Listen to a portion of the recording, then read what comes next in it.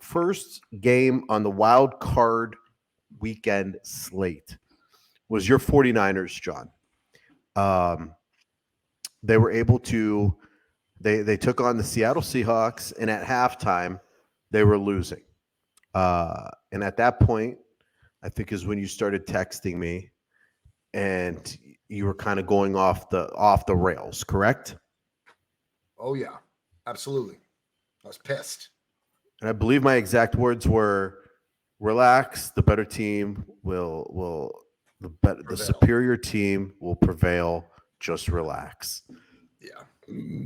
It actually took a lot. It's funny when you watch a game and you watch the other team and you start thinking like, this is the best they could possibly play. And then your team is like struggling and playing the worst you've seen them in a while.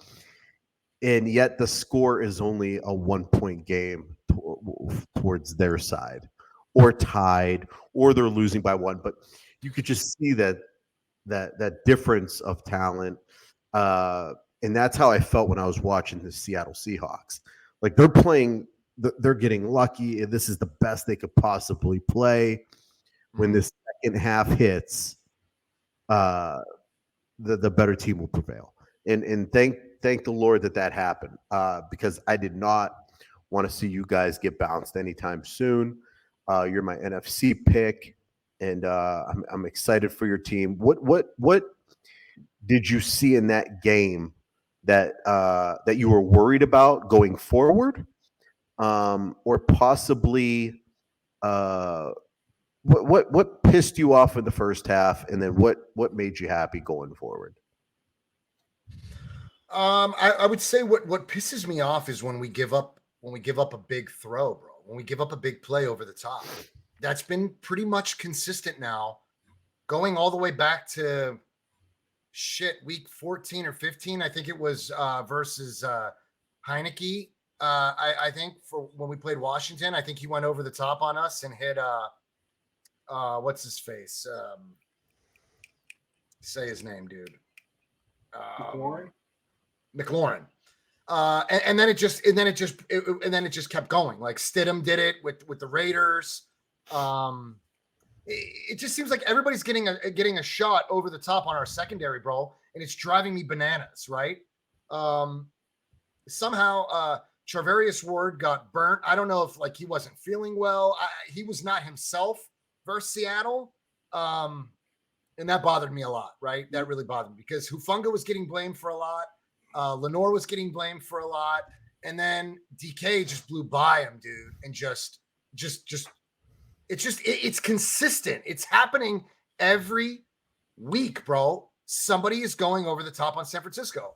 So that pissed me off. I was a little concerned with Purdy at the beginning of the game because he was missing throws.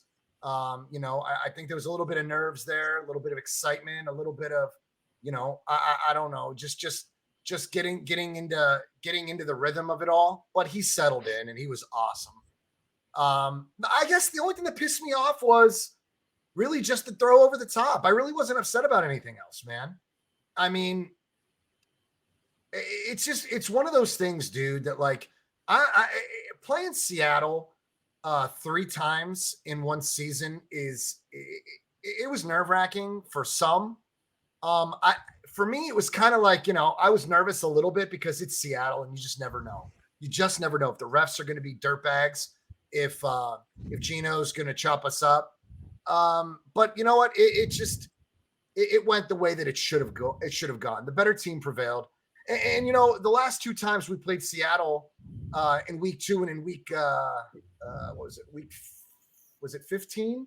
Was it week 15 we played Seattle? Nonetheless, we were down 7 guys total in those 2 matchups that we had right here in the wild card game. So, it was much better. We looked good, man. We really looked good. Brock Purdy is still kicking ass, dude. The kid's the real deal, bro. I got nothing bad to say. We played well. See, you're complaining about getting beat over the top. How exactly does somebody beat this defense as opposed to going over the top? The only real weak link that I could see in the You're defense, taking advantage of You're taking advantage of Diamador Lenore, yeah, who was a nickel corner that is now on the outside because yeah, Emmanuel Mosley went down, so he's not playing his natural position. yeah. He's a nickel corner. Listen, Lenore's not a great player. He's an adequate player. He's a player in this league, but he's not a great player. And Ward he's developing, bro. He's doing well. And Ward is a good corner, but he's not a great corner. He's great. Those guys are going to get beat. Those guys are basically the weak links of your defense. Those guys are basically the weak links of your defense. Of course, an offense is going to attack that because that's the weak link. You can't attack the linebackers. You can't attack the front seven. So you're going to attack something. I will say this. Kenny Walker kind of ran on you guys a lot last game. I don't know if that's testament to Kenny. Well, he was kind of out of the game plan. Look, it's a testament to Kenneth Walker because he's gotten better as the season went on. He was doing better. He found his feet, so to speak. Right, he's hitting those gaps. But I mean, okay, so Jacobs really gave us, I think, the toughest matchup out of any running back this season. I mean, Jacobs has had a great year. What is he on? Was he on pace for a 1,500-yard season? I don't exactly know how many he had. Yeah, 15. I don't know. Purdy in that first half, he had some really, really terrible throws. And at one point I was questioning, is this moment too big for this kid? I mean, he had some really bad throws, like Jimmy G type throws, way overthrown, hospital balls that maybe should have been picked off a couple. I think they were so poorly thrown that the defense couldn't even pick them off because they were so out of sorts. And I'm thinking to myself, is this too big for this kid? And then I'll tell you what, towards after halftime, watching him just light it up down the stretch, the answer is no. This kid, he was playing in his first playoff game ever. Only had 6 starts prior to this, John? Yeah. A rookie. This is unbelievable to watch unfold, and I'm truly happy for you guys to have this kid. Like I keep saying, with every victory makes a crazier and crazier story for the offseason for you guys. But that's a good problem to have. How about that personal foul right before halftime as time was winding down? How crazy did you go there? That late hit before halftime that put them in field goal range. Jimmy Ward, yeah, dude. Oh my God. I absolutely I lost my shit. I started calling him out on Twitter. I went bananas. It was the definition of undisciplined.